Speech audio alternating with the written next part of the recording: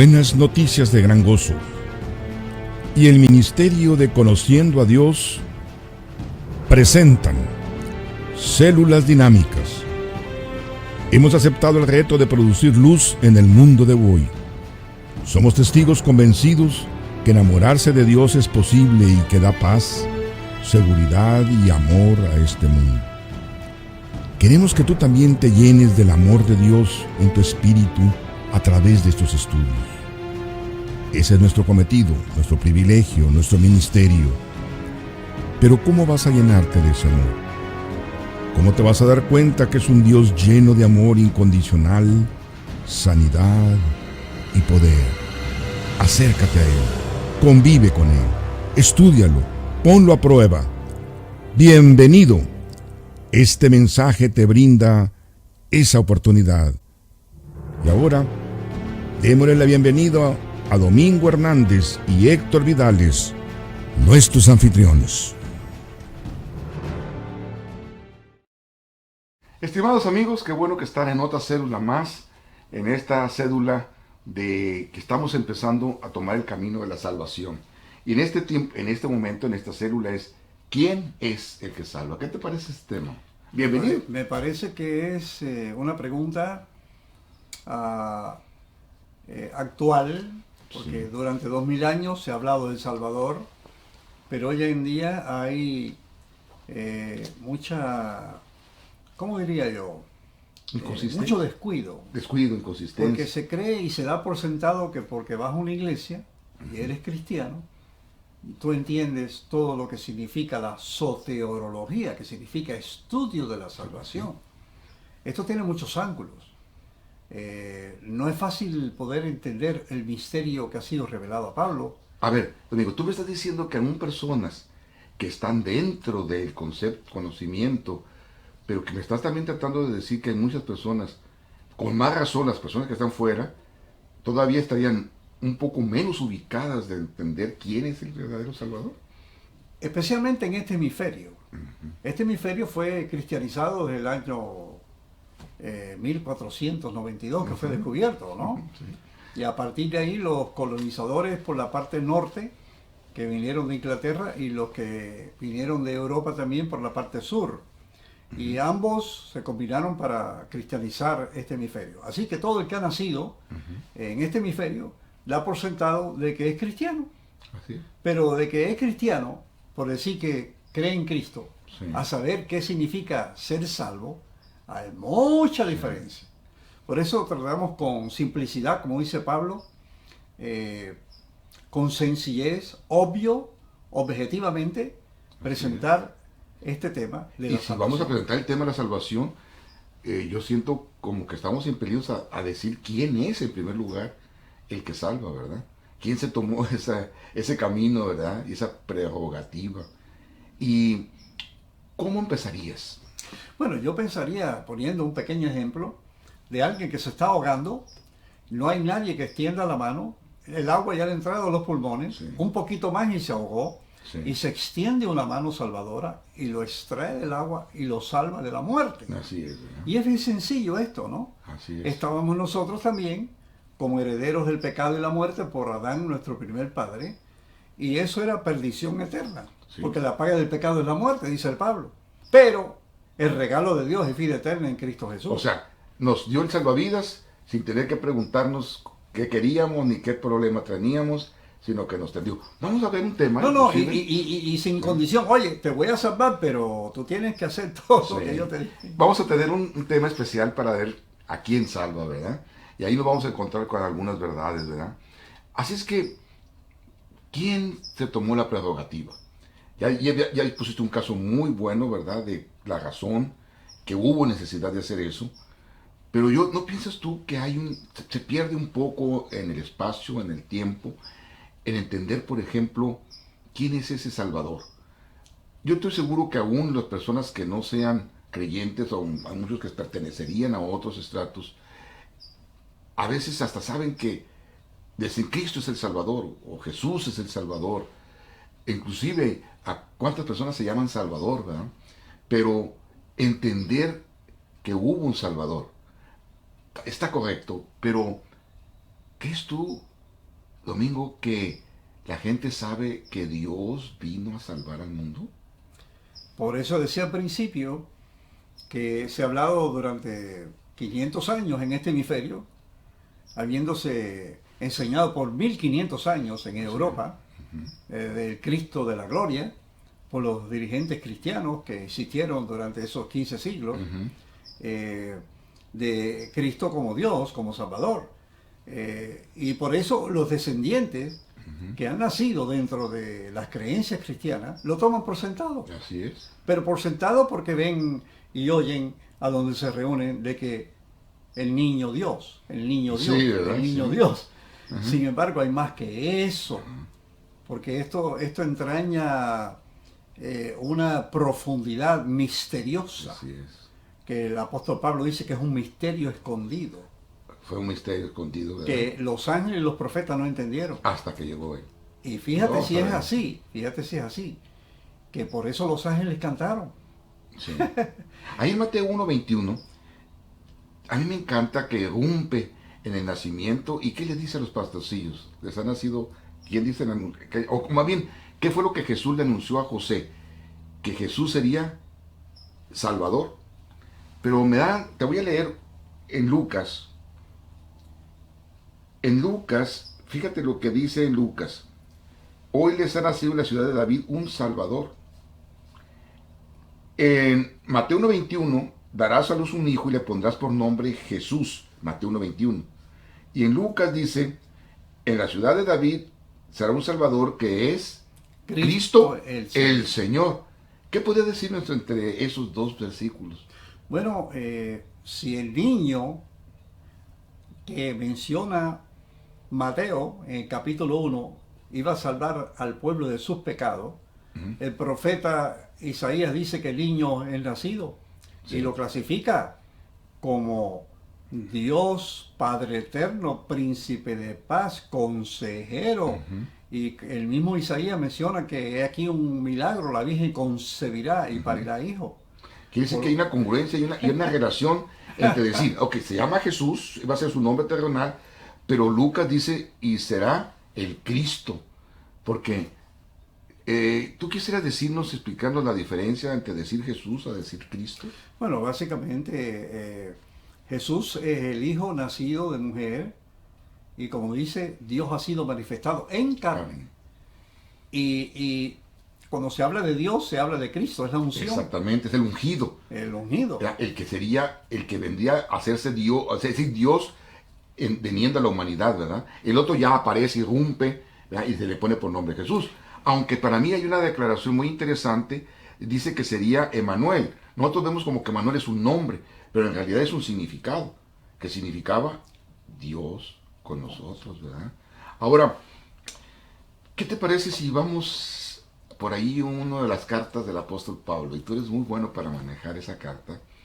Ahí en el libro de Timoteo, creo que por el capítulo 3, versículo 16. ¿Nos quisieras comentar un poco de eso? Bueno, el apóstol Pablo dice, sin contradicción. O sea, tú no puedes poner ahí, bueno, ¿será o no será? Pablo dice, no, aquí yo lo tengo por revelación, porque a mí me lo reveló en esta dispensación.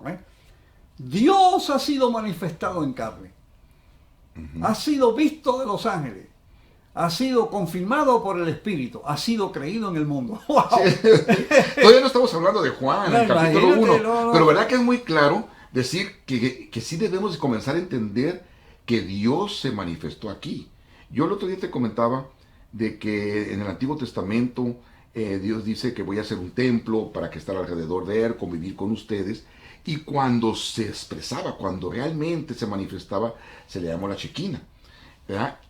Y yo siento como que es lo que nos quiso decir ahora, como que ya la Shekinah estaba representada en Cristo, pero ya manifestado en una condición diferente, no nomás insustancial, ni en un momento muy especial, sino en un momento acercándose a quien debería acercarse y al que más lo necesitaba.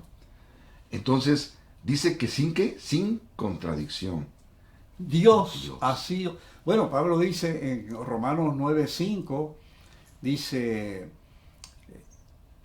que Jesús es Dios sobre todas las cosas. Eso está tremendo. Está tremendo. Cuando está explicando de los padres, de los hijos, de los descendientes, pero cuando habla de Jesús, dice, Él es Dios sobre todo. Y Colosenses, en dos partes, en el capítulo 1, 15 y en el capítulo 2, 9, dice que estaba manifestada, ¿qué? Toda la plenitud de Dios. Amén. Me encanta. Está tremendo, ¿verdad? Me encanta Colosenses. Yo creo que a ustedes les va a gustar mucho. Anótenlo. Yo quiero leerles una parte también, Domingo. Quisiera argumentar un poco más de Timoteo 3:15. Bueno, si no, ahorita en un momento, pero bien, oigan esto. Efesios 1, capítulo 1, versículo 7 en adelante. Dice, en Él, está hablando de Cristo, en Él tenemos la redención mediante la sangre, el perdón de nuestros pecados, conforme a la riqueza de su gracia, que Dios nos dio en abundancia con toda sabiduría y entendimiento. Luego fíjate lo que dice el 9. Él nos hizo conocer el misterio de su voluntad conforme a buen propósito que de antemano estableció en Cristo, para llevarlo a cabo cuando se cumpliera el tiempo, esto es, reunir en Él todas las cosas, tanto las del cielo como las de la tierra. Y luego dice el versículo 11, en Cristo también fuimos hechos herederos, pues fuimos predestinados según el plan de aquel que hace todas las cosas conforme al designio de su voluntad, a fin de que nosotros, que ya hemos puesto nuestra esperanza en Cristo, seamos para alabanza de su gloria. Yo pienso que entonces es muy claro la Biblia, es muy claro la palabra de Dios en establecer que Él, Dios, es el que nos salvó. Es decir, necesitamos un Salvador, pero Él mismo se hace cargo de esa salvación. ¿No te sientes más confiado a que fuera cualquier persona? Bueno, lo que yo pienso también, pastor, es que la Biblia no menciona plan de salvación. Esos son expresiones que decimos los teólogos cuando estamos hablando de lo que Jesús hizo con nosotros. Es un plan. Y cuando Dios creó este plan, porque Dios fue el que lo creó, involucra una cantidad de estudios que posteriormente lo haremos saber, ¿no? Pero Pablo dice en los versículos que estaba mencionando, dice, el misterio de su voluntad. Sí. O sea, que la voluntad de Dios estaba en misterio. Sí. Porque cuando Él creó este plan, Él no lo manifestó para que los ángeles en ese momento lo supieran, y cuando el hombre fue creado, mucho menos. Solamente dio ahí algunas cositas, como le dijo a Adán y Eva y a la serpiente. Mira, la simiente te va a herir a ti en la cabeza. En Él estaban encerrados los misterios, sí, pero a nosotros no, dice. Exacto. Y tenía un cumplimiento, y ese cumplimiento no se desarrolló en cualquier momento.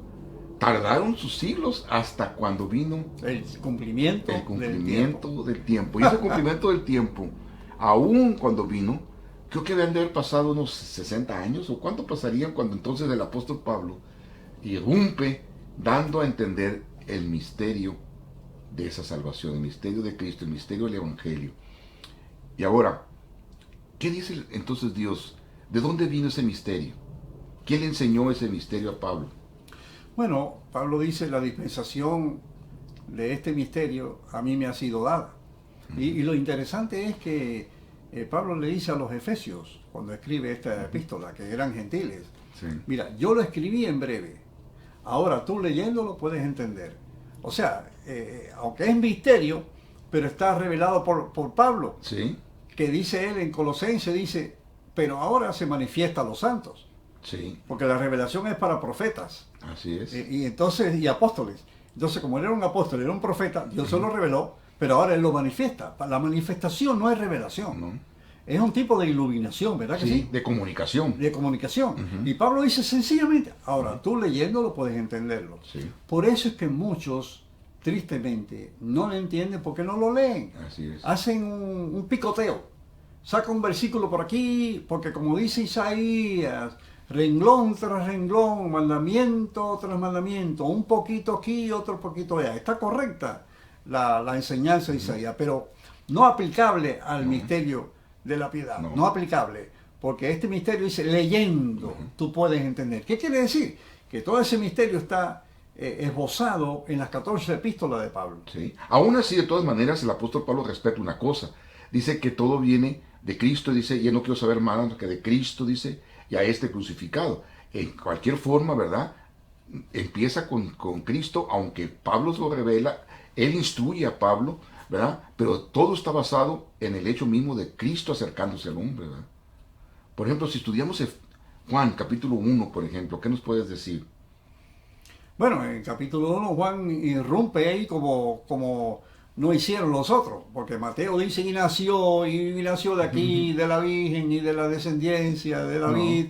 No, él llega y dice... Un Génesis 1, ¿verdad? En Juan 1. Qué tremendo, como dice que en el principio era Dios, Sí. y el verbo de Dios, y era Dios mismo, Sí, y que ese verbo se hizo carne y moró entre nosotros. Para sería salvarnos. Qué tremendo, Dios mismo hecho carne. Dios mismo hecho carne. Es lo que muchos no entienden. El Creador se acercó a venir a rescatar. Eso está muy grande. ¿Verdad que está muy grande? Por eso te digo que la No salvación... es cualquier cosa, ¿verdad? La salvación no es cuestión de... Porque aquel que se tomó la prerrogativa no es cualquier cosa. Así es, así es. Mira, es lindo que las iglesias tengan cruces arriba en el techo. Sí. Eso recuerda Sí. lo que pasó en el Calvario. Yo no estoy en contra de que tenga una cadena, que tenga una cruz. Yo no estoy en contra de eso. Eso no es idolatría, suponiendo, ¿no?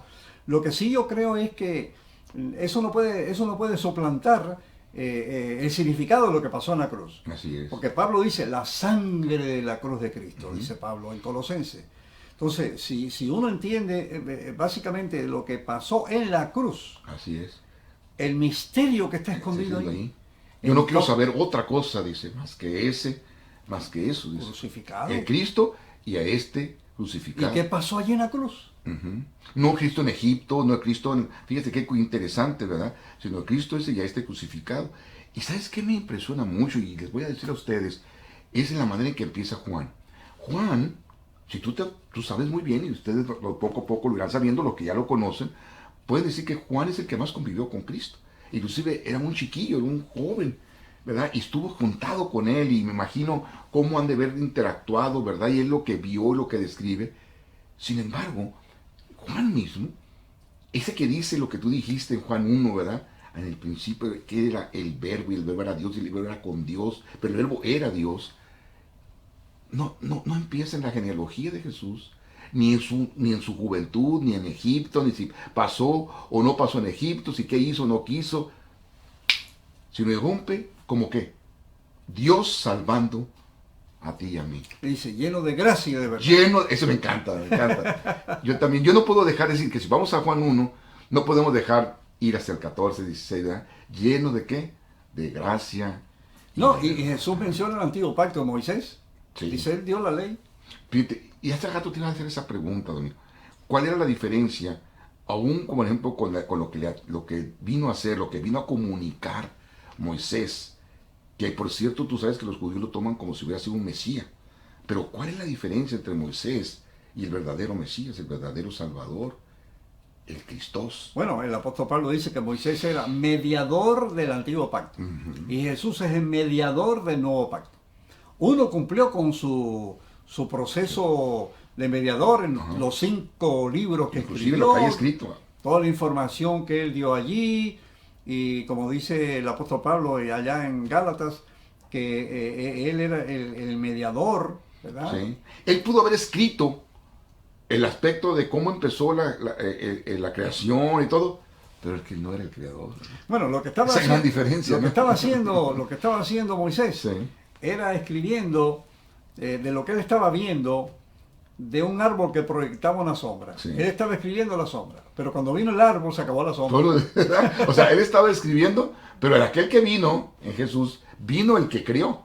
Él escribe la creación, describe el primera forma, una cierta forma de cómo Dios se acercaba al pueblo, ¿verdad? Que estaba contemplado en la ley, pero él no era el creador, ¿verdad? Y el que irrumpe en Juan es el verdadero, es el creador, ¿verdad? Maravilloso. Ese son, ¿verdad? Gloria sea Jesús. Alabado sea el nombre de Dios. Vamos a seguir nosotros profundizando, ¿verdad?